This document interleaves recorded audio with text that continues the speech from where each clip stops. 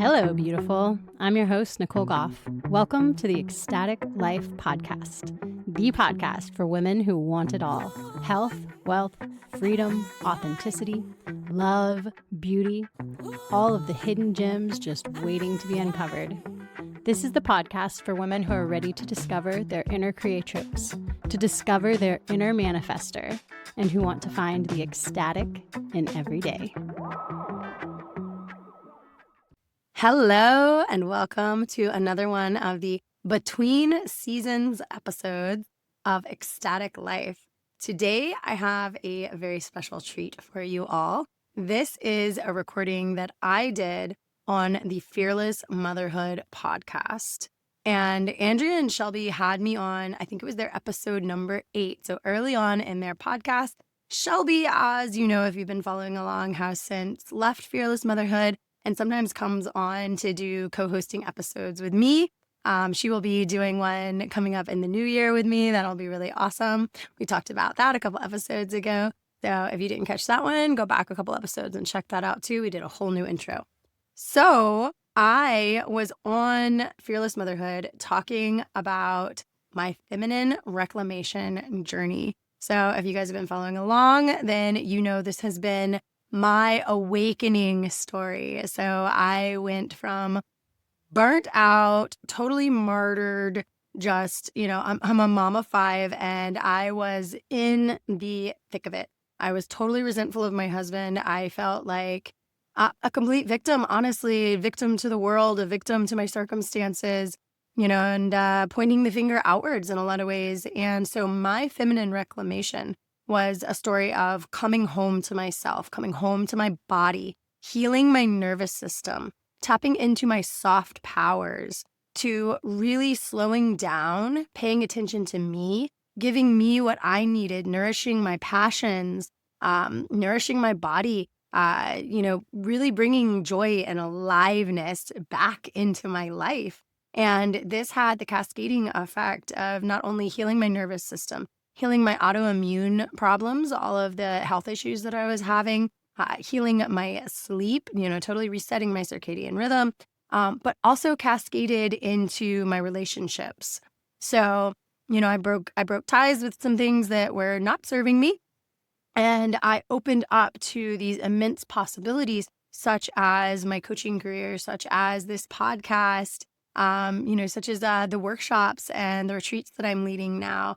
And I had, some relationships that fell away, that I saw that, maybe weren't serving me, and other ones that have blossomed, especially through this podcast, meaning Andrea, reconnecting with Shelby and all the other beautiful women like Karen, who we talked to last week, all over the world, who I have been able to, come together with in sisterhood. And so, another part of that feminine reclamation was reclaiming sisterhood and creating sisterhood circles, which we have this Sunday for the solstice. We have our next sisterhood circle coming up. If you're interested, contact me at Nicole Desiree Goff on Instagram, and you can join us live. We were going to be doing some shadow work. But I digress. So this feminine reclamation also transformed my marriage, which is something I help other women with now through my coaching business, Ecstatic Life. And, it really opened up this whole new world of possibilities, this whole new world. And not just that, it was totally holistic, physical, emotional, spiritual. My psychology changed, everything. And that was really where Ecstatic Life was born, where this podcast was birthed from. Because I know that if I can do it as a busy mom of 5 who is homesteading and running multiple businesses and homeschooling and all of this, that anyone else out there who is listening to this podcast, you have it in you also. And it's really just following steps and being intentional and doing the work and doing the inner exploration and dropping victimhood mentality and really getting back in touch with your soft feminine essence as well. So this podcast is going to really illuminate a lot of that for you. And I hope you enjoy. And we will be back with season 2, the second week of January, which is so exciting, in my new podcast studio with my new equipment. I'm like, yay, Merry Christmas to me. So excited. If you're interested in supporting this process, I would very, very much appreciate it. You can join my $5 a month club on Patreon, patreon.com/Nicole Goff Speaks. And for $5 a month, not only can you support this podcast, but you also get a ton of bonus materials where I have health and wellness guides, behind the scenes stuff, bonus tutorials and videos. There's a whole library of cool stuff in there. Some replays from some of the private sessions that I've done, lives that I've done on Zoom. So again, patreon.com/Nicole Goff Speaks for only $5 a month, less than one Starbucks coffee. And you can support Ecstatic Life. So thank you so much. Enjoy this interview on the Fearless Motherhood Podcast.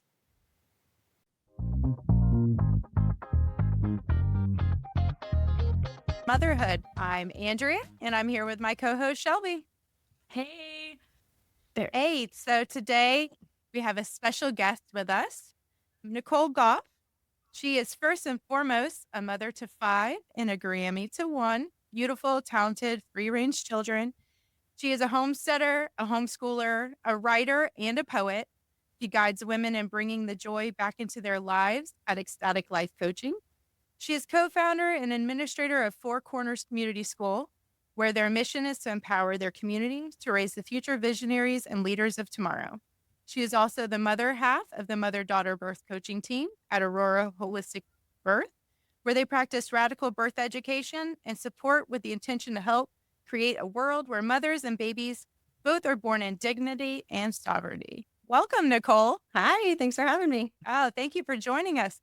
Okay, first I just want to say I'm exhausted just reading that bio. Where do you find the time to do all of these things with 5 children and doing your community school, your coaching? My Lord, I talk about fearless mother right here. Well, I've gotten really good at working with kids underfoot. I was a single mom for 6 years with my first, and I didn't have anybody else to pay the bills, and I didn't want to stick her in daycare, so I got really, really good at working with babe on my boob, type 100. I had cleaned houses with her on my back, wearing a backpack and all kinds of stuff. I got very, very creative. So I am able to get a lot done with screaming and chaos in the background. I sit here thinking, I only have 2, and my goodness, I'm having a hard time just keeping this podcast rolling. Me too. I have 1, and I'm feeling the same way. I'm like set aside the whole entire day for this recording today. It's like I have a podcast recording that day. Well, we're so happy to have you here. And I know today this is a great discussion. Our topic is about feminine reclamation. So I would love for you, let's just go ahead and dive into this and let's talk about it. What is feminine reclamation? So feminine reclamation to me is about finding, feeling, and healing. So finding out what we really want and desire. It's amazing how much we are out of touch with our true desires. As modern women, we a lot of times are just giving. And we tend to live in go, fast-paced martyrdom. We're working, we're taking care of kids, we're taking care of our house, we're taking care of our husbands, we're doing all the things. And we lose touch with ourselves, our inner selves, what we truly want, what makes us alive, what makes us happy. So finding those inner parts that we've lost to motherhood, to our careers, to partnership, and really getting back in touch with our desires, what makes us happy, what makes us come alive, and feeling. So feeling our feelings. We have lost touch with what we even feel also. We have been told for our entire lives since we're babies to shh, be quiet, be good. Here's a phone. Here's a tablet, like don't cry. And so we've been trained out of feeling our feelings. So getting back in touch with those feelings, letting them move through us, letting them, come forward and be seen. And then healing Healing is about taking these broken pieces, these pieces that have been scattered along the way, and putting them back together and reconstituting. And that can look like a lot of different things. That can be health journey. A lot of us, we get so out of touch with our bodies. We have to go on these very big health journeys to heal ourselves internally, but also our emotions, our mental state. So yeah, that's kind of the basics. I like how you said like scatter your pieces. I was having a conversation with a girlfriend the other day, and that's how it is. It's like when somebody finally asks you, like, how can I help? Or what can I do to help you? It's like there's so many pieces. You're like, oh, where do I start? Like there's so many things that you want to service and you want to give that time and energy to. But it's like, but there's so many. It's like, how do I choose which one I'm going to work on today, or which piece can I pick up, or what's going to be more important than that other piece, So I think that when I read that in your blog about this, it just resonated so much with me, because I was like, that's exactly how I'm feeling. I'm feeling so like torn in all these little pieces of myself and all these hats that we're wearing all the time. It's hard to remind ourselves like, oh yeah, like I need to service myself a little bit here. So I Yep. really resonated with this idea and concept you have here. So what resonated with you about this that made you want to kind of create this? I know you're doing workshops. What started you on that? Well, it was because I was living it. I was miserable. I mean, you see the bio. I was doing all the things, and I was taking care of my health, and I thought, I was doing all the things right. But what I didn't realize is that I, in love for my children so much, was giving away all of myself to them. And we've been taught to be super moms, we've been taught to carry the weight of everything. And we've had several generations now of moms who did this, and moms who went to work a lot of times full time, had careers full time, and then come home and do all of the housework, all of the cooking and cleaning, all of the child rearing. And so we've been taught this is what you do. You give up yourself, you give up your identity, you give up your passions, and you give it all to your kids. And that's how you're a good mom. And then hopefully at some point, unless you're like too tired back, you get to have some kind of reclamation in your 50s or something. Except I have a 1-year-old, so it'd be like in my 60s. Yeah, same here. I have a 1-year-old too. So for me, I was totally burnt out. I had pretty much separated with my husband. I couldn't stand him because I kind of blamed him for everything. Well, this is all your fault, We have a tendency to do that for sure. Yep, it's a lot easier to point the finger out there. So I was Well, just and you very can't blame your unhappy. kids, Yeah, oh yeah, you can't blame your kids, right? like- You can't blame your kids, and you like, so somebody has to get blamed, and like, oh, you Yeah. can handle this. I'll blame Obviously, it on it's you. his fault. Yeah, yeah, of course. Yeah. So yeah, I mean, I just got to a point where I was having a break, I felt so uncomfortable in my own skin. Something had to shift. And I found this concept. Dr. Kelly Brogan wrote a book, and it's called The Reclaimed Woman. And so I found this concept at like just the right time. It was put in front of me in a way, a podcast. It was through a podcast. And it just like lit a fire inside of me. And I was like, it was the permission slip I needed to care for myself, to implement a self-care regimen. And this idea that you can't fill from an empty cup really resonated with me. I'm like, oh, okay. So I've been just totally maxing myself out, and I have nothing left to give. I don't have love for my husband. I don't have, I don't have this emotional overflow. So I started a very deep self-care practice, and I went on a year journey of totally changing the way I cared for myself, the way I talk to myself, the way I dress, the habits that I implement, the way I fed myself, everything. And it was such a profound change. I felt so much better. I felt, ecstatic. I felt alive again. I was back in my body, back into enjoying things. And I was like, oh, I have to share this with everybody, which is how we do, right? So I'm like, I got to share this with everyone. So I'm making a course, and I would really hope to be able to share this information with all women, because I feel like so many of us are in that space where I was. And Nicole, what is that? Now I'm really into this. I already was into this idea. Now I'm like, what would you say? So, what does that look like in your day though? Because leading up to this talk with you, I'm like, okay, so I read your blog and I'm like, okay, self-care, like where do I put that in? So I am mainly a single mom, and I say mainly because her father is very present, but he lives far away. So, so I'm like, okay, one thing I love to do is sit in the sauna. Okay, well, that takes about 30 minutes. So I'm like, this is one thing I'm going to do for myself. But then I'm like trying to get in the sauna, and she's like, well, I have to go to the bathroom. And because she always has to poop when you go do something, right? or she's sitting outside the sauna going, Mama, can you hear me? Can you hear me? Mama, I need this, da, da, da, right? Or I want to exercise every day. So that's still, it's like, where do you fit that in? So how did you find that with 5 kids and when all the things you have going? How do you really make yourself a priority? Like, what does a day look like? Well, and so the first thing was not counting on my husband, because he was very checked out. I mean, I have to admit, I was being quite a bitch most of the time. So I probably would have checked out for me also. I find myself doing that lately too. And I'm like, I had to apologize to my husband all the time. I'm like, I'm sorry. I'm just like overwhelmed. I think that's why your blog post resonated so much with me, because I was like, yes, this is exactly how I'm feeling. Like, and I think even in part of your blog post, you had said, like, do you see yourself like talking to your friends and bitching and moaning and complaining? And I'm like, yes. Oh my gosh. Yes. Like that is There's me. a term for it. It's commiseration connection or commiseration culture.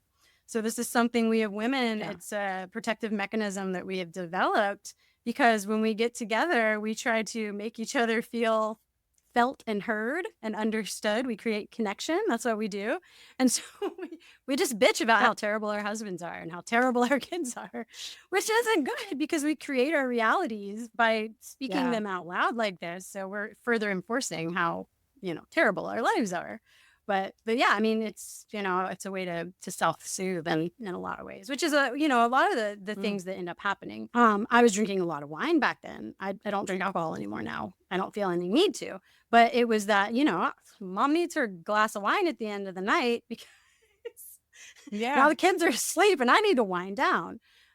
So, we find literally these ways to try wind down. Yeah, to try to cope. And so going back to your question. So at first, it looked like literally locking myself in the bathroom for, I think I started with a half hour. And then I incrementally moved up. I literally I locked the door and I'm like, I don't care who needs me, who needs what. Like, I am not available right now. And that was it's what Kelly Brogan calls developing your own inner masculine. So you set boundaries for yourself and then you enforce them. Yeah. So my first hard no was, I take a hot bath every night for at least a half hour. I listen to a podcast, put on my headphones, take a hot bath. And that was how I would unwind. And so that's where it started. And it was just that one thing. And it was like, the kids at first, they balked, and they're like pounding on the door and they're just like, like, we get in the bath with you and we have a bubble bath together. Like, nope, no more. Mom needs some alone time. So that one thing though, it was like radically life-changing. To give myself that permission, because that's the problem. We don't feel worthy. We've had it programmed into us. Unless we are doing, we're not worthy. So we don't feel worthy of that self-care. We're programmed that's mom selfish. guilt too. Yeah, the mom guilt. That's selfish. Your kid needs you. They're banging on the door. They need to go potty. That's your job. Get up and take care of them. So letting go of that. I mean, and that was super hard. It's not easy. It's, we're talking a year of work for me to get to the point of being like, yeah, mommy goes and does a podcast now. You guys can play outside. But, just that one simple thing every single day is what started it. Now, with that, I developed a whole health reclamation. And part of that was resetting my circadian rhythm. And so I reset my circadian rhythm, and I've made it now so that I go to sleep with the kids and I wake up a couple hours before the kids. And so now I can fit in my self-care time in the morning before they get up. But I had insomnia. My circadian rhythm was all screwed up because I would put the kids to bed and then I would try to take care of myself or bond with my husband after that and be up until like 11 or 12. So I wasn't getting good sleep. My circadian rhythm was all messed up. I was tired, brain fog. And so switching that and getting up early, witnessing the sunrise has been a huge shift for me. So that has definitely opened up a lot more just creativity and I feel so much more grounded. So that in and of itself, that part of it has really given me a lot more space. But it's really about setting that intention, making the commitment, and following through, and being your own guardian, the guardian of your time, the guardian of your needs, because nobody else is going to do it for you. Your husband not going to step in, and like, here, let me take this off of your shoulders, and we just become resentful by waiting around for that, going like, well, you should, these are your kids too, but they're not built that way. They're not going to. We have to be like, no, this is my time. Hard no. Yeah, that's okay. I'm on this with you. It's I hard. learned through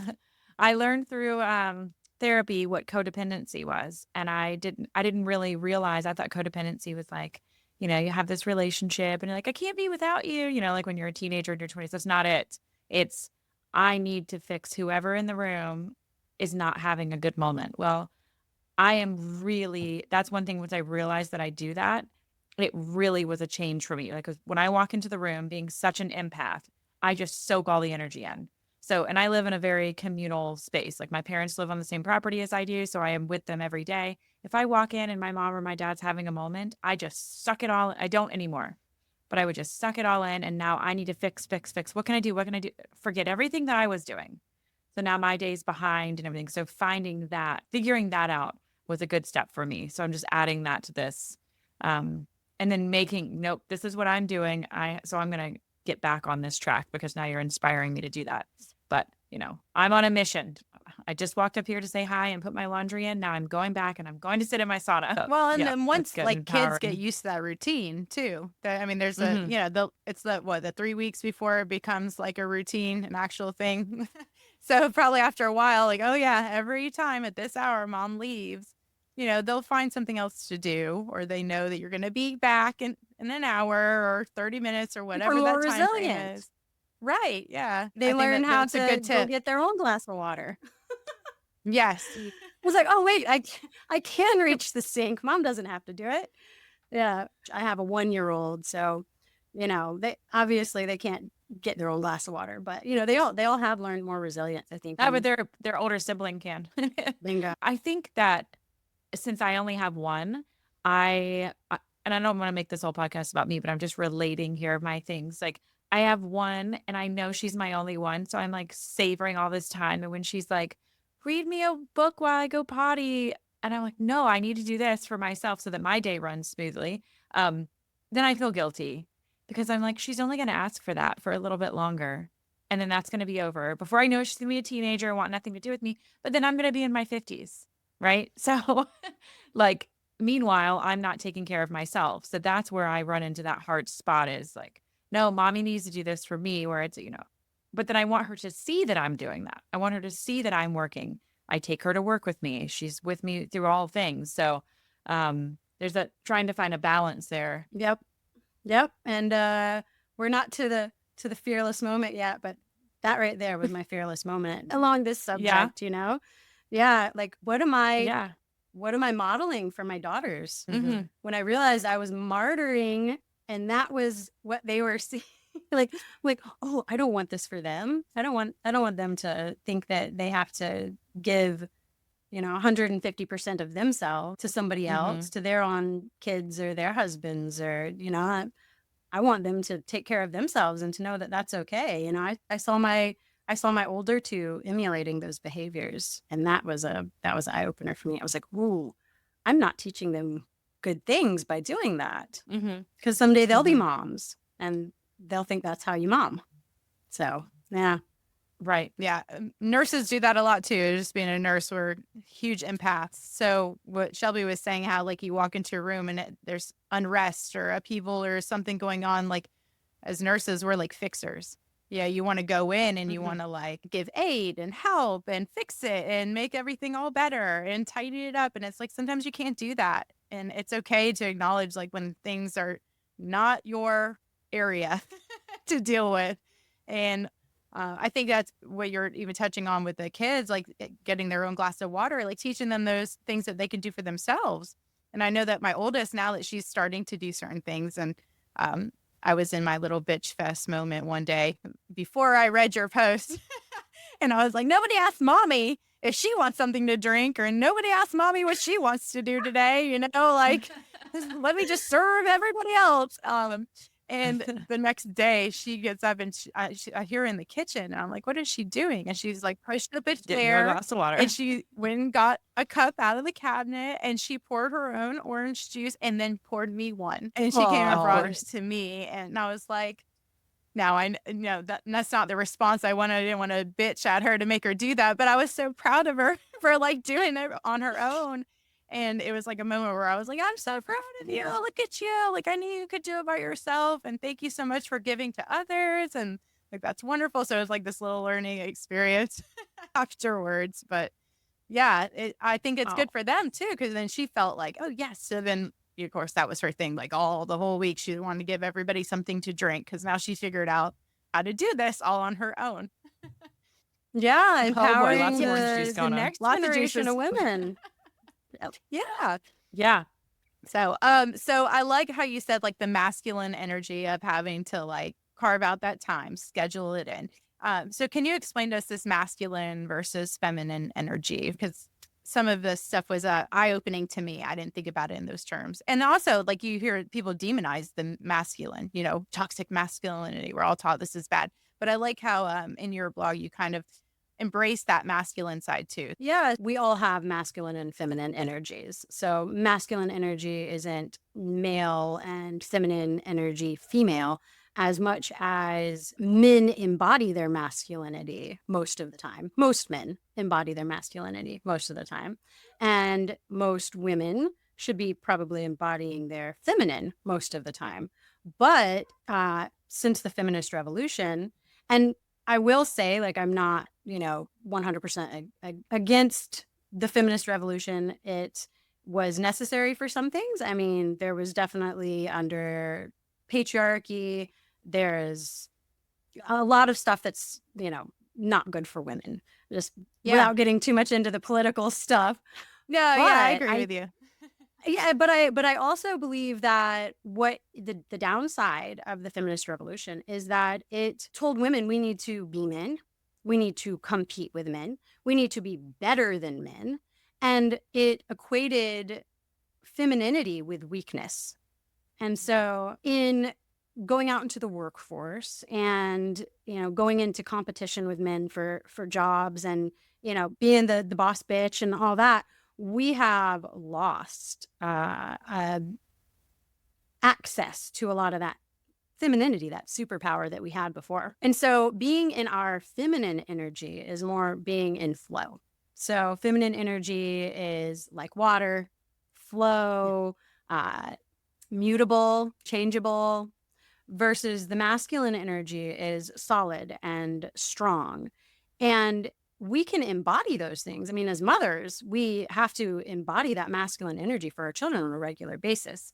But when we stay in that masculine energy, when we stay in, boss babe mode and, we're constantly to-do lists and tasks and, this goal-oriented go, go, go, go, go, accomplish mode, and we don't allow ourselves to embody our femininity, it's really taxing on women. It's really hard. And it's taxing on our relationships too, because it doesn't allow the masculine partner to, hold that containment, to be that strong pillar that he desires to be. We, instead we take it away from them, and we say, well, we can do this better.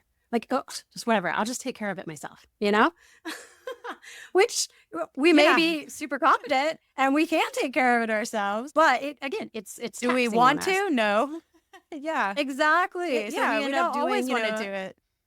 Yep. So the masculine energy that we use, like I was saying before, to create a container for ourselves, that is the energy that lives inside of us that I call the good father energy. Like a good father, is disciplined with kindness and love. So we create that discipline within ourselves, that masculine container, so that our feminine energy can flow within it. And what I've noticed, like, since creating this for myself, my husband naturally picked up on it and has been better at creating that kind of container for me, which has been really interesting. That's like a whole other podcast in the relationship side of it. But Well, you're giving him the space now, stepping back on some of that, letting him step forward, take over some of those roles, probably empowers him too. So on both sides, yeah, empowering your spirit, but also his as well. I was just actually having that conversation with a male friend of mine, and he said, I miss the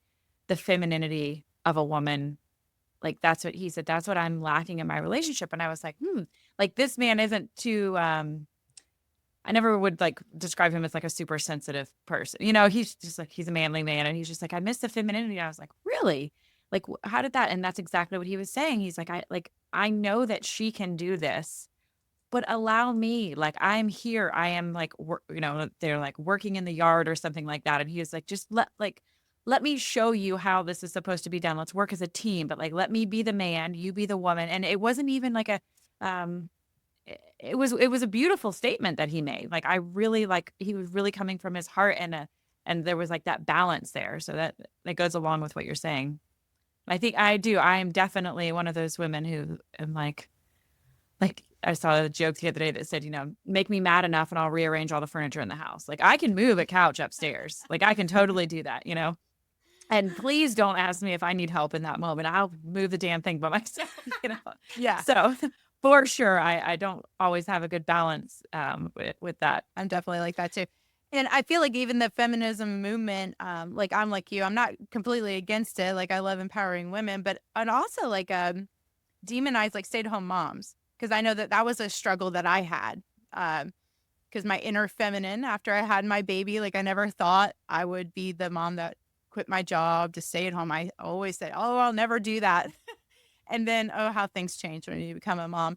But I had that tug and that feeling of like, but I want to be home with my baby. And then you had that tug of like your social and societal pressures, like, but you're an able-bodied, you educated, you went through all this schooling to be a nurse, and like, you should be nursing, and you should be doing this career, and you should be working. And why would you put that aside to stay home, and you're wasting away? And it's like, or not serving, or not, supporting women by not working. And it's like, why is that bad? Like, why is it so demonized? And I'm finding my outlet in a different way. Yeah. Well, yeah. I'm a little conspiratory minded, so I think it's a psyop, and I know why. We're an extra tax that they can, apply to all of our income, and then the your government can make more money. your children are in the system. Exactly. You're not home. You're not home taking care of your kids. They are property of the government all day in government school, and they're able to brainwash them and tell them whatever they want. And you're busy, working for 40 hours and aren't there to guide them on how to be the person you want them to be. Absolutely. I was having this conversation with my dad the other day, exactly about that point. And I said, what if all of the, like, what if his mother, listen, what if my grandmother had been a stay-at-home mom and didn't send her kids to school? What if that generation was raised by stay-at-home moms? Like, how different would everything be right now? Because I feel like that was one of the first generations, it seems, where it was really like, okay, like, stay in your box.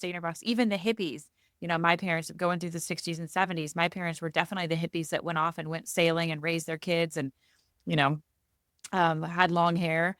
But then a lot of their friends were like, no, enough of that playing around. We have to go get jobs. And my dad's like, hey, dude, I thought we were surfing. Like, where'd you go? Well, they went to school. They got put back in that box. They went with societal pressure. So what if that generation alone were homeschooled, and how different everything would be right now? And the government would shudder, right? They go, oh, no. That's exactly why we put everybody in school. Exactly. No free thinkers. That was the word we used. No free thinking. Yep. Yeah. Absolutely. Okay. So now you talked a little bit about our loss of our connection to our bodies, our emotion, our eros. Explain eros for those out there that don't know that term. What does eros mean? So eros is our vital life force energy. So obviously it's connected to the word erotic or eroticism, but this isn't the outwardly projected eroticism that you think of. So it's more the inner life force, the inner creative force. Yes, it's responsible for creating babies, but the creative force that drives your creativity for anything. So putting together this podcast, whatever makes you alive. So a really good example like that's salient for me is an artist. Like an artist is super tapped into her eros. Like she is using that creative life force energy to create, whatever her art medium, paintings, she is putting it out there on the canvas. And we do this in lots of ways. So a lot of times we tap into this in our careers, which is why it's so hard to like give that up for motherhood, because we really, we pour our creative energy into those careers. But our eros is also connected to our pleasure. So it's not just about creating physically, but it's about what turns us on. And not just in a sexual way, but turns us on and makes us feel alive. So, for some, that might be dancing, or it might be art or poetry or music. But the thing that really like gets your juices going, and one of the really, it seems like almost every woman gets into dancing, like moving our bodies in that like sensual way really just works for women to tap into that eros. So for me, I started doing ecstatic dances. So my blog and my podcast, it's Ecstatic Life. So this was a inspiration from ecstatic dancing, which is ecstatic dancing is, I call it my therapy, but it's it's like silent and almost meditative. You dance with music. It's almost like being in a club, but you don't talk, you don't drink, sober. And it really helps you to like alchemize your emotions and move things through you. So I'm like religiously go to like move that energy out of my body. That's a whole other podcast too. We could do a whole podcast about ecstatic dance. Well, can you tell us just a little bit more about that? Tell us a little bit more about that dance because I'm really interested. So do you have music? So you have Okay. music. You're not, there are other people there. So it's not like just dancing in your living room, which that's where I started. I was like, okay, we're going to move this creative energy. We're going to get the juices flowing. I'm just going to turn on the radio, sing, dance. And my girls joined along, which was fun. They really got into it too. So that's like a regular ritual. But once a month, I go to these ecstatic dances, which the container that they're held in, you're not allowed to bring in a cell phone. They lock the doors. You have to pay to get in. They lock the doors. There's no just outside looky-loo kind of people that can come in. You're not allowed to wear shoes. You're not allowed to talk. A lot of people don't even interact with anybody else in the room. The music is designed to elicit an certain emotional response. Like the music is put together in a way that really helps set that container. And then you just dance for like 2 hours. 2 hours. And Oh, wow.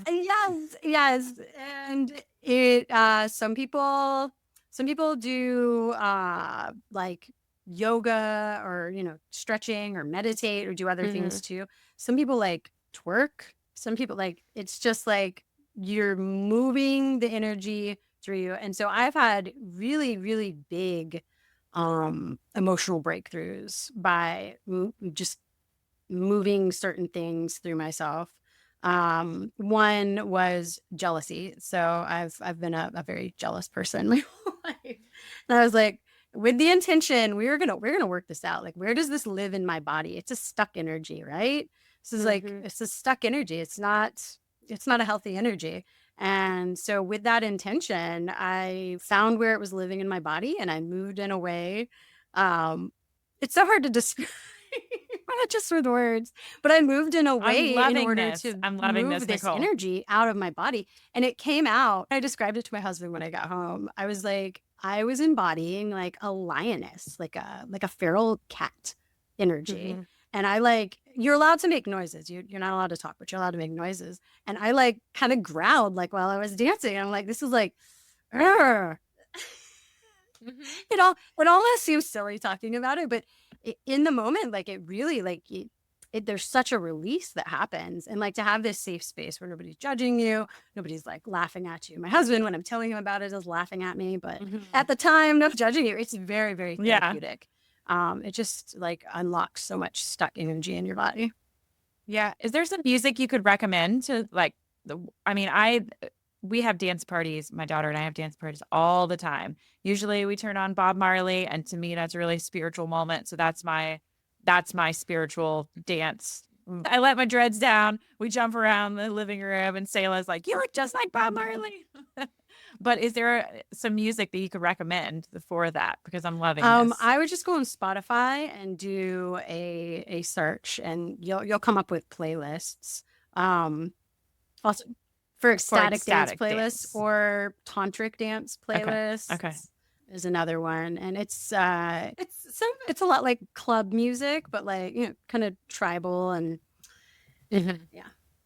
I don't recommend anything particular, but love you it. can find playlists. I went to That's a great. That's great. prenatal yoga workshop when I was pregnant with my second daughter, and the yoga instructor in there did kind of like a mini version of that. It was at the end of our yoga session, and she just said, "Everybody just close your eyes. I'm going to play some music, and I just want you to move with whatever feeling you have in your body, whatever way your body's telling you to move with the rhythm, and just go crazy." She was like, and of course we're all just kind of like swaying a little bit, and like some of us are giggling. But then by the end of the 5 minutes or whatever, we were all just flailing around the room. Arms are going everywhere. And it was just like so empowering.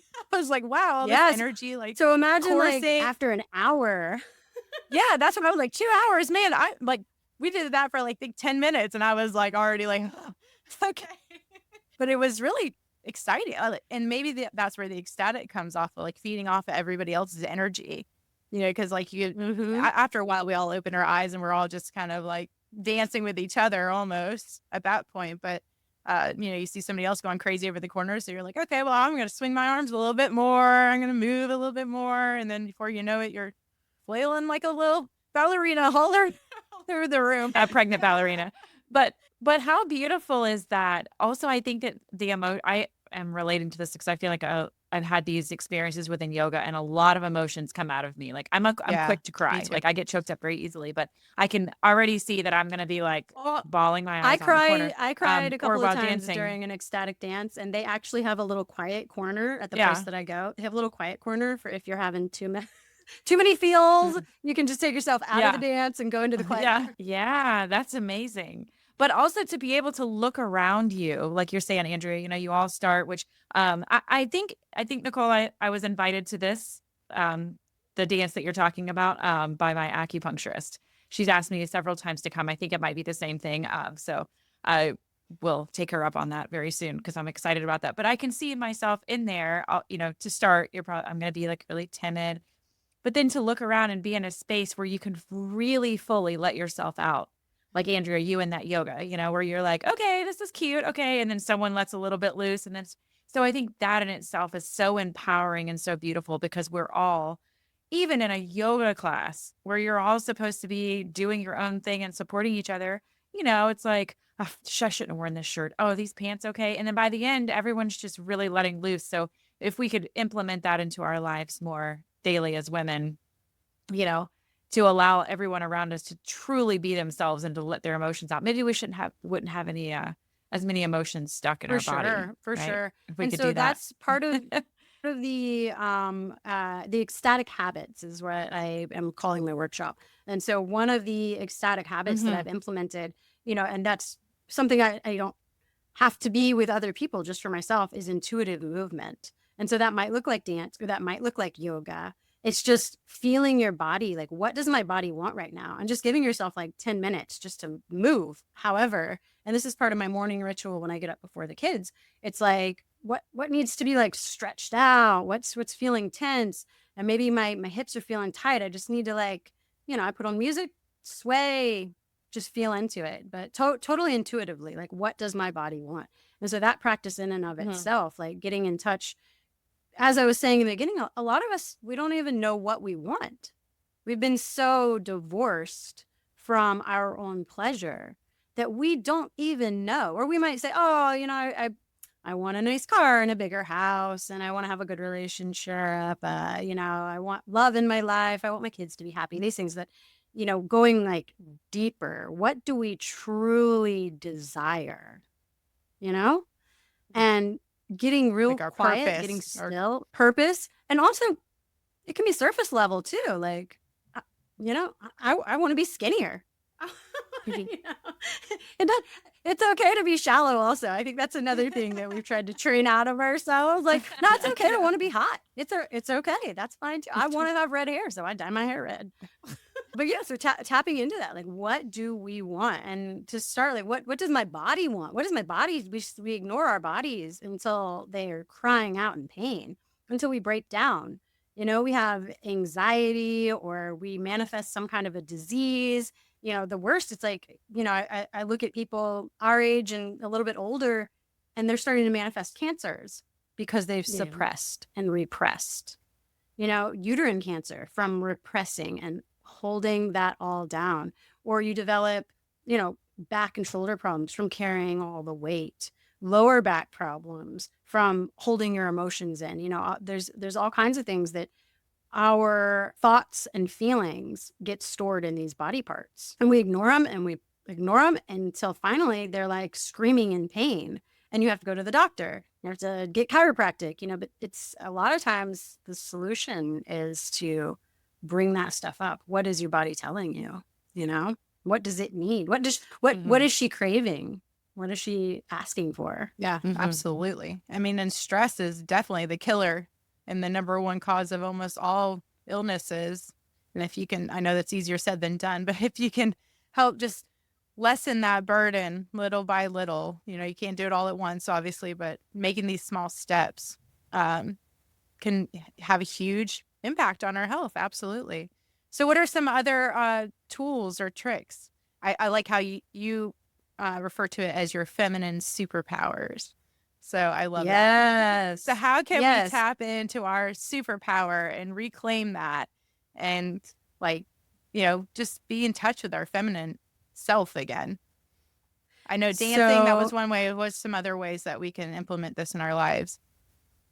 So there are 7 things that I have as practices that I do regularly. And those are based on,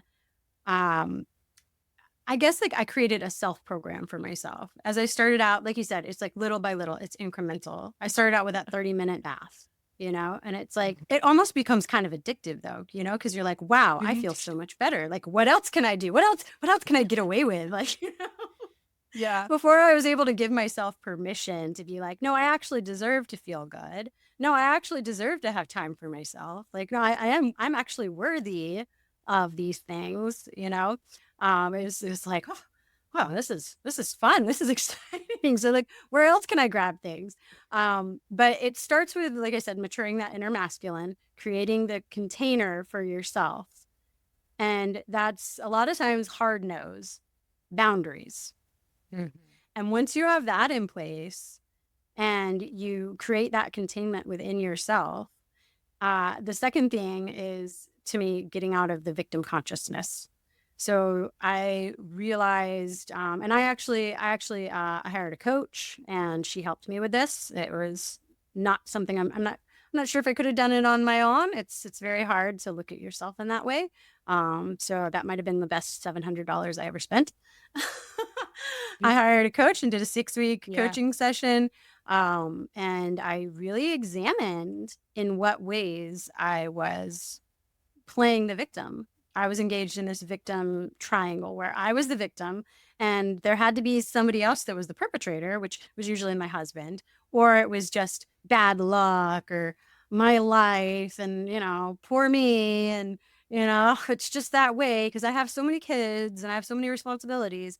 And so I was making myself the good guy, making myself in that victim triangle, the victim who couldn't do anything about it.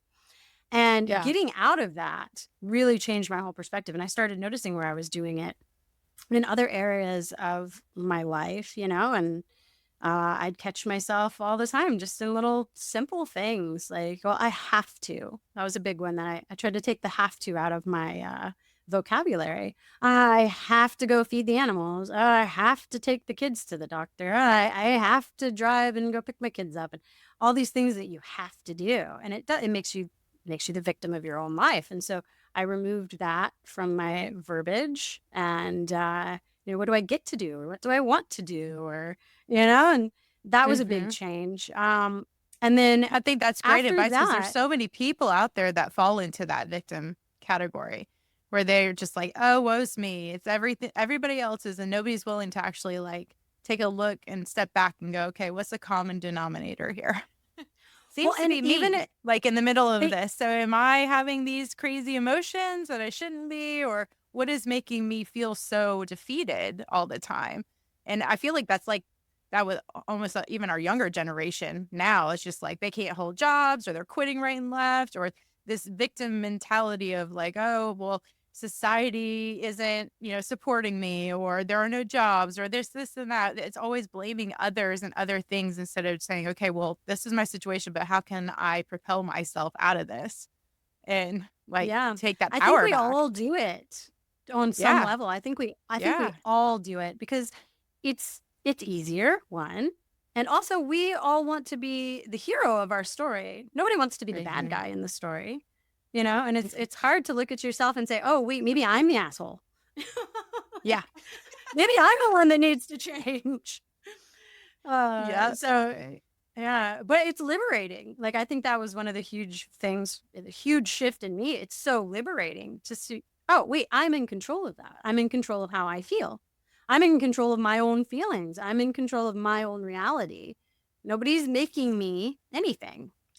I'm listening to an audiobook, which I highly recommend. It's called Creating Your Heart's Desire, and it's by Sonia Choquette. Maybe we'll put it in the show notes.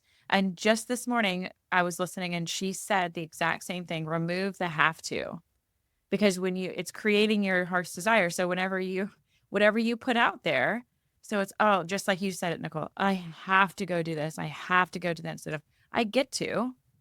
Oh, I get to go to the grocery store today, because actually, you do get to go because you have the money, you have the vehicle, you have the able body. I mean, if you really go down that, it's powerful. And so it's just adds so much more to it than have to. It's such a drag down. So that's obviously a sign that I need to definitely not say have to anymore, because it came from two different directions today. I wrote a blog about it. A month or so ago on my blog. It's the Ecstatic Life blog, but it's called Developing an Attitude of Gratitude. Yes. And I talk about that in there and give some like simple steps to take. Yes. I love your blog. I get so excited whenever I get it in my email. It's really cool. I love that. I appreciate that. It's really good reminders. I don't know why it just crossed my mind too, but I didn't say in the very beginning that this is so great to reconnect with you, Nicole, because I don't know, Andrea, if you know, but Nicole and I went to high school together for a brief moment, because I'm a little older than her. So you know how it is in high school when you're like, I don't know what, that freshman. No, just kidding. It wasn't like that at all. Yeah, right. It was not like that at all. Actually, that weird homeschooled freshman too. If I would have known that you were a weird homeschool freshman, we would have been really good friends at that time, because we both were weird homeschoolers. Well, we didn't know that though. We got to tell the story now. So we've done a little teaser for it. Yeah, we gotta tell the story. So we had a very similar background, and I didn't know this until you invited me to come on your podcast. But we both were like weird homeschool hippie kids that got thrust into public school in 8th grade, which is like the worst year for a girl to get put in public school. I mean, like I was totally like sheltered, and then all of a sudden it's like at 13 I get put in public school. It was that's rough. Yeah, it was rough, but I think we were 3 years apart, and so we never connected, but we went to the same school and we had the same, background. So it's really a shame we didn't. I know, when we reconnected a couple weeks ago, obviously because we're friends on Facebook, but when we reconnected, we were like, oh my gosh, we have such similar. And then we worked at the infamous Lord Munchie's Pizza together. Right. For a brief moment. I had to say the name because it's just such a funny name back then.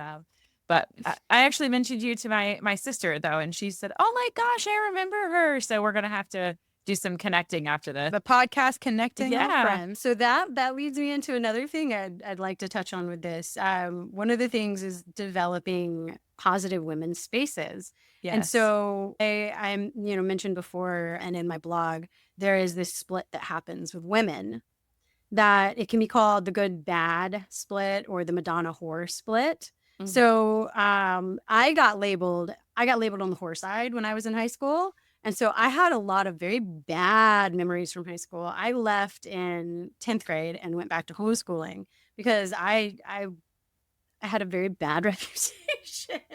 And it was very, very difficult on me. I had no female friends, and it was I felt very, very demonized. So, when I reconnect with people from high school, from that era, there's always a sense of fear. Like, oh, Yeah. are they one of those people that judged me and thought I was a horrible person? So developing empathy for women that are different than us. And what happens a lot of times, you probably will recognize which direction you went. What happens a lot of times is when we are young or in adolescence, we get programmed that if you're a good girl, you can't do this. If you're a good girl, you don't do that. Good girls don't dress that way. Good girls don't talk like that. Good girls don't behave that way. And so you either follow your eros, you follow your passion, you follow what you feel inside of you, and you get labeled a bad girl, or you shut that all down because you want to be a good girl. And so the good girls judge the bad girls, and the bad girls judge the good girls. Meanwhile, each of them is missing an essential part of themselves and is jealous of the other, So I, as being labeled the bad girl, I was jealous of the good girls because I want that kind of esteem. I want people to respect me. I want to be looked at as a person and not an object. But on the other side of that, I'm sure other people looked at me and said, well, I want to dress however I want and flaunt myself and, act crazy. And, I have to be over here and, be so tight and controlled. It's not fair. But we contain both simultaneously. As women, we contain multitudes. And to be able to reclaim that's another part of this feminine reclamation, that we contain both. We can be the loving, good mother, the Madonna. And we can also be like a crazy bitch if it's needed. We contain these things within ourselves. We can be wild and reckless, Kali energy. And we can also be the saintly, loving energy. And we can, at the same time, we can hold both of those things. So mending that split and mending your relationship with other women, because a lot of times what we judge in other women, what we point to, is because there's something in us that either wants it, that really deeply desires to embody that, wants the permission to embody that, or that we are afraid of. So in looking at others, like you judge somebody because their shorts are too short. Well, is it because you wish you were confident enough to wear those shorts? Good point. Like, yes. I wish I had that butt. Yeah. How many of us have said that? Or No, even if they we're don't, like, oh, look at that stank. Can you believe she's wearing those shorts? Yeah, like I know that I've done that where I've been at the beach and you see somebody who's very voluptuous and they're out there and they're wearing their little tiny bikini, and most people would judge and be like, "Oh my gosh, she should not be wearing that tiny bikini." But I looked at it like, "Wow, I wish I had the confidence because I'm not even that size, but yet I won't wear a bikini." So it was kind of, I can see that where it was like I was judgmental of her when I first saw her, but it was more because I wish I had that self-confidence that person had. That's so funny a that you trick mentioned that. is we can use those women to expand our own permission field, to embody. And so that's another one of my tricks, embodiment. We can embody those traits. So, I mean, that doesn't mean like give up who you are and like, with wild abandon run off and it could become a whole different person. But how can Within we reason. try that on? Yeah, Yeah. within reason. But, doing these things actually prevents things like I've seen on multiple occasions women who have left their husbands and kids and left and dipped. They were so out of touch with themselves and their desires and their wants. It felt so impossible to get what they wanted in their life that they just left. I'm out of here. I'm going to California, and just left their children, left their whole life and started over. And so by not taking care of ourselves on a daily basis, we create that schism that can lead to those kind of, really destructive changes. But yeah, how can you That's like let that someone else midlife give you crisis thing. permission? Oh, what was that? I would say that's like when women hit and men hit the midlife crisis thing, right? It's like, Yep. okay, the kids are out of the house and now I know nothing. And I see the, I've also been doing a lot of this work on my own in the past couple of years. And so I'm starting to notice when other women in my life who I care for so much, I see the victim side come out with the moms, it's like, I don't deserve that. They don't actually say it, but I'm just aware of it now because I saw myself doing that. So it's like, I'm not worthy of that. I'm not worthy. So I won't drink. Oh, this is one of the things. It's okay. I don't need the rest of my cup of coffee. No, sit down and drink your cup of coffee while it's hot. And before I became a mom, I watched my good friend never finish a cup. She would put it in the microwave 20 times. And I'm like, if you'll just sit down and drink that damn cup of coffee, what can I do for you so you can finish this? And I thought, when I become a mom, I'm going to finish that. And I'll be damned. That has been one thing. Even when Sayla was little, I'm like, I'm going to finish this cup of tea or this cup of coffee because it's important. Like, we deserve that 20 minutes, 10 minutes. I mean, how long does it really take? And I want to say real quick, back to the high school experience. I always thought you were super kind and super sweet and super loving, Nicole. I was never on that side of those girls. Okay. I just want to let you know that. I always had a big heart for you. Thank you for saying that. But see, you knew. I'm you serious. heard that. And we're going to talk more off the podcast. What are the other ecstatic habits? Thanks for bringing us back. Yeah, sorry. Let's bring it back. Yeah. So those were the foundations, like I was talking about. And then the ecstatic habits grew from that. So once I got that foundation where I was like, oh, I deserve to feel good. I deserve to be happy. And that's okay. I can do these things. I developed some practices that really helped with that. And so that's the course that I created. Meditation, core and pelvic floor exercise, intuitive movement, self-massage, facial massage mostly. Not dirty. Sorry. And a beauty regimen, what I call adorning myself, like a queen. Gratitude and manifestation. And then loving my finances, loving my work, loving my money. So those are the ecstatic habits. So I try every day, and it gets in the way. But I try to do these things every single morning, because when you wake up and you take care of yourself in that way, like, it literally sets you up to have an ecstatic day. You have such a good feeling that you carry throughout the whole day. You're like, you just feel on top of the world. So my course is 7 days. I'm going to show you how to implement. It's like 10 to 15 minutes for each habit, how to implement them all. And then on the 8th day, we'll do the whole routine, which is like 30 minutes total. I mean, you could do longer if you have the time, but you can do it all in like 30 minutes. So I do like morning breath work and meditation. And then I go right into core and pelvic floor exercise. So the pelvic floor exercise, I started because after 5 kids, it was kind of necessary. But I realized, I realized that I had really, after so many years of being married, I've been with my husband for 13 years now.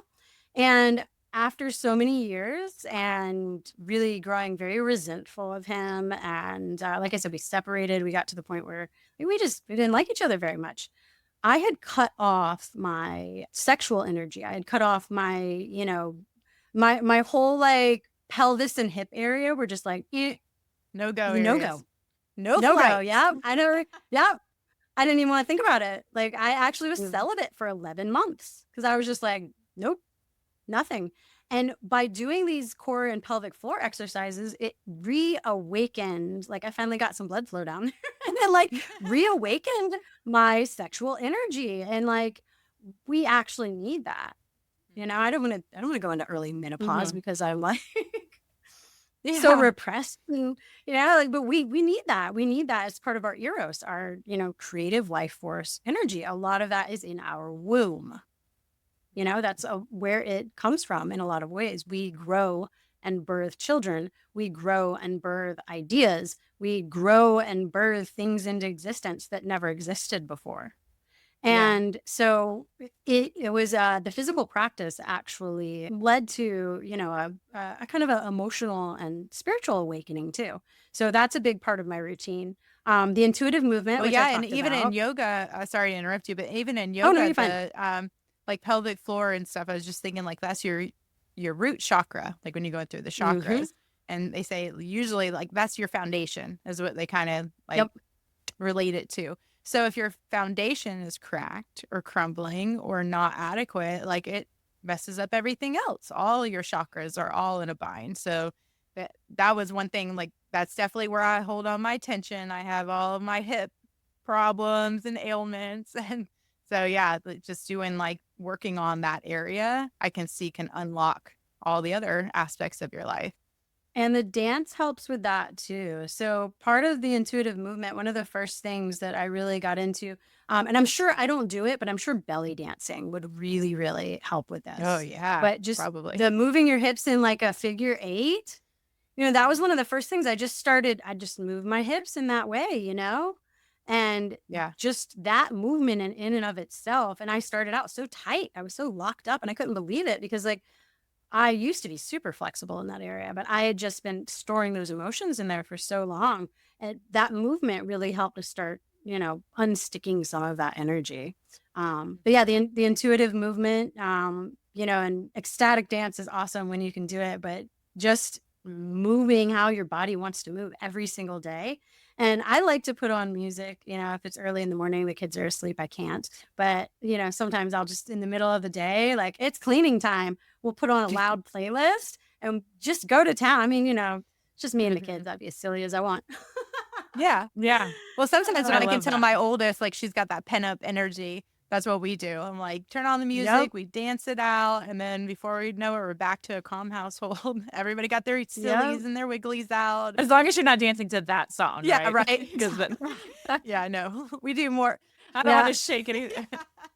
No, none of those kid songs for mama. Yeah, shake, shake, shake the sillies. Yeah. See, you had to do it, Nicole. Now it's going to be in my head. I have 5 Nicole. kids. You know how many times I've sung that song? Yeah. Oh, the next one I found was self-massage. So this actually started totally out of vanity. And I spent $300 that I did not have on a facial massage program because I was getting a real bad neck waddle. Oh, yeah. The golly whopper is what we call it. Oh, yeah. So it's better. It's better now. For those that can see me, it's better now. But I did a 2-month program on facial massage to get rid of that because I was like, I'll be damned if I'm going to look old. Totally vanity. But what I discovered in doing it, so we did lymphatic massage every day and just the practice, like it is so healing. It is stress relieving. And then I realized like it didn't have to just be my face. I started doing like a roller ball and massaging other areas of my body. And this self-massage, like I had, for years, I'll pay like when I can, once a month or whatever, to go get a massage. And I always outsourced it. I put it on somebody else. And then it was like, oh, I can't afford my massage right now. Woe is me, Yeah. And this empowerment or you can't fit it of in your schedule. Can't book the appointment because you don't have time. Can't find a babysitter. Yeah. Yeah. Or I don't want to go get this So then luxurious massage and then come home to 5 kids screaming and yelling. Like you want to have the wind down time afterwards. That's what always takes me out of it because I'm like, oh no, but I don't want to come home and just ruin my whole massage by this crazy chaos I'm going to walk into. Can I ask one of my sister or my best friend who both have 2 children? I have 1. Hey, can you guys watch her while I go get a 2-hour massage? Is that cool? No? Okay. And of course they would, but I can't I just cannot. You I've can. had a gift You certificate. can I know. I'm going to. I have a gift certificate for a 90-minute massage that I've had for use like it. 7 months. And I Do it. cannot ask someone else to watch. We're Yeah. giving you Yes, you permission can. today. Or your parents. Okay. Your parents. Yeah. You can. I'm giving you, know. this is the permission slip. I am writing you the Thanks. permission slip. There it is. Go get your massage. Thanks. It's already But- paid for and everything. If you can't, then do it yourself. That was like, it was mind blowing to me. Yeah. Just like, oh, I Yeah. have tension. Like, I can just totally work on this for like 30 minutes by myself. And like, I feel so much better. And so Mhm. that's like a core part of it. Do you It's like, use anything? Do you use like a massage gun or like the No, I have a roller ball. It's like a spiky, and this is one of the things if you join the workshop that I'll recommend everybody buys. You can use a tennis ball, but there's like a spiky Mhm. massage ball that I just really Mhm. love. It really like wakes up your tissues, brings a lot of blood flow. But yeah, I put that thing like up against a wall and I just like rub my back on it, or I lay on the floor and like lay Yeah. on top of it to like hit certain like points, and yeah. But the facial Ugh, I have so massage, I many do things to every do single today day. now. I know, and I didn't start off doing these things in order like this. So I started off just by implementing things here and there, and it became a habit, it became a routine. And as it came together, I realized, oh, this could totally be a course. Like I could teach other women to do this.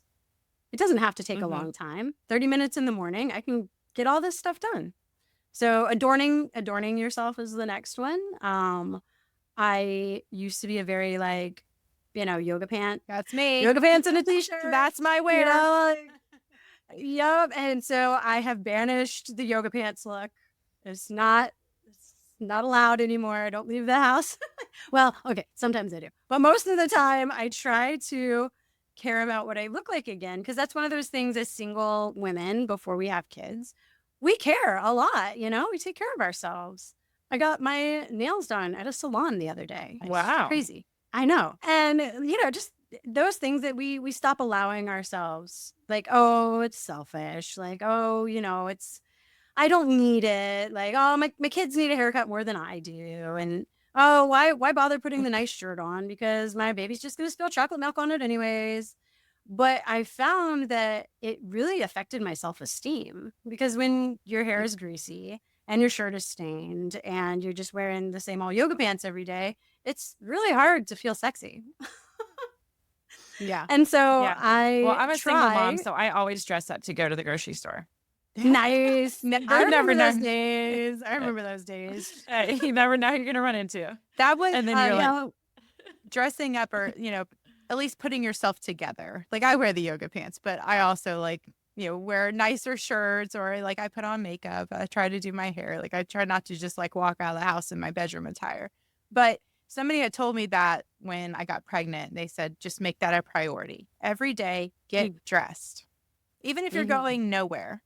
Mhm. Get dressed, wash your face, put on makeup if you want, get yourself together. And then that kind of like helps you throughout your day. Cause moms in postpartum world, it's like you're in nap jail most of the time, because it's like you eat, feed, sleep, change the diapers. And if you don't show up for yourself, it's like you're just going to keep rolling that depression ball down. Yep. And it just makes it worse and worse. So they're like, just show up for yourself. And so I made a point to at least get myself at least dressed out of my pajamas. And it might have just been a slight step up from the pajamas, but at least like I did something, I changed my clothes. I washed my face. I put my hair up, and tried to make myself feel good.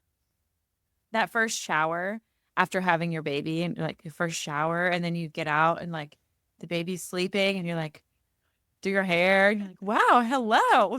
Like, There you're I not pregnant am. anymore. I remember that moment now that you say all this. I was like, wow, that was neat. And then, yeah, you get yourself together. And then you have your cute little babies dressed up in their brand new newborn outfits, at least with the first one. Right. Right.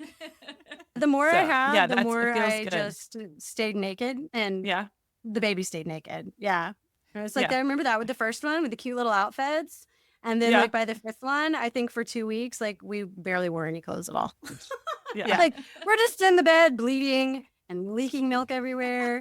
And it's a robe or nothing. Yeah. We did a lot of outdoor skin to skin time, in the diaper, breastfeeding. One of my neighbors caught me one time. I was like, oh, hello. As I'm out there, like, no child, breastfeeding. Sorry. She was older. Hopefully she was okay with it. That's why I live in the Well, woods. yeah. One day, Yeah. maybe I can get some property. That's a dream. So did you want to retell us your fearless motherhood moment, Nicole? Because we kind of were all excited and all kind of talking whenever you said, you know.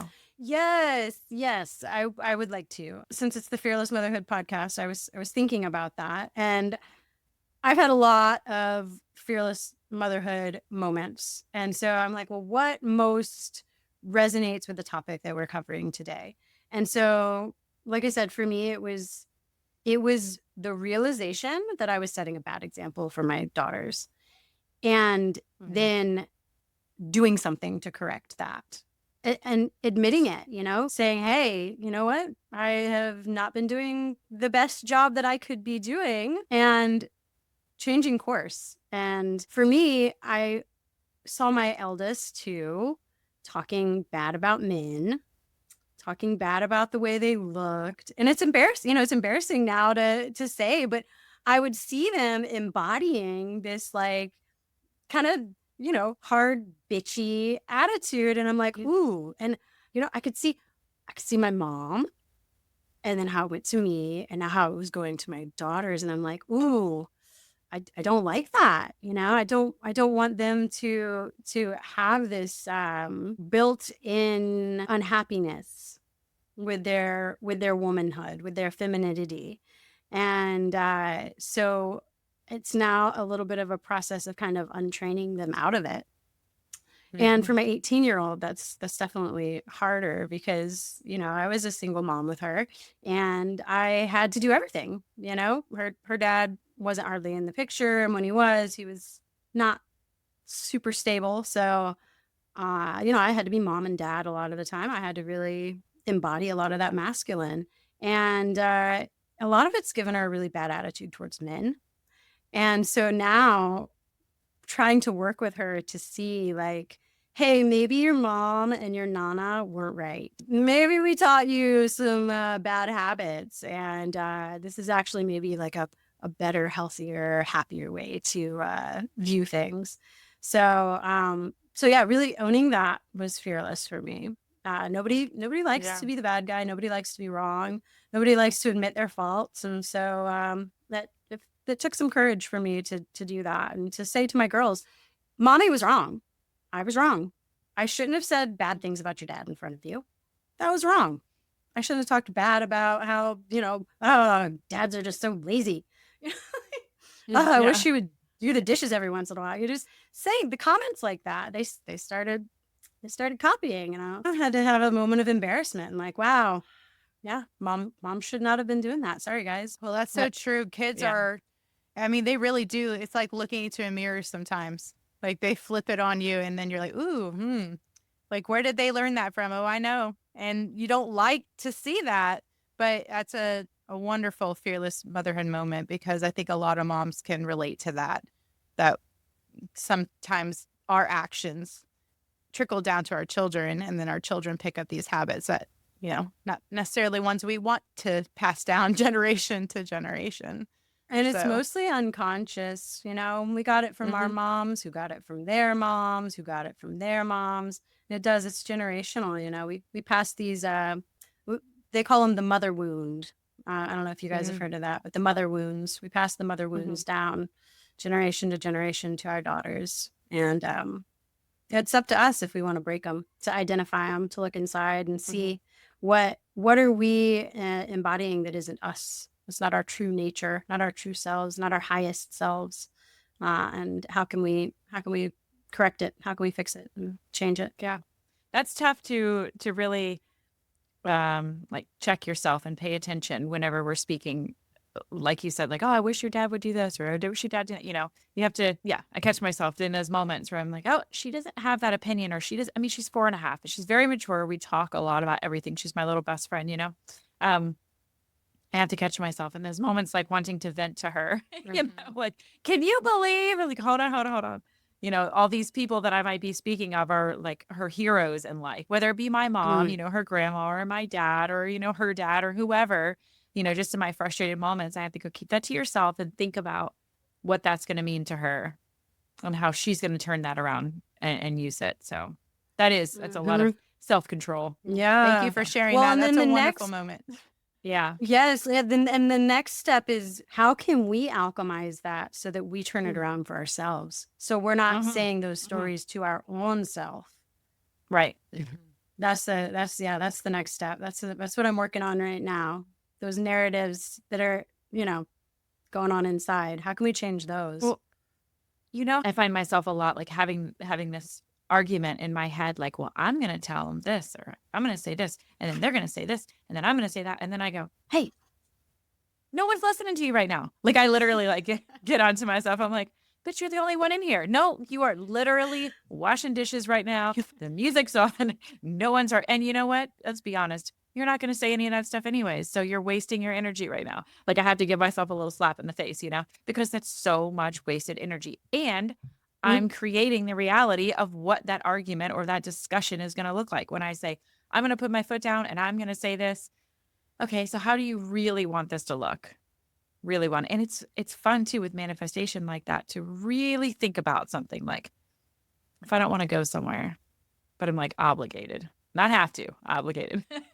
And I'll sit there and like visualize not going. I'll visualize the plans being canceled.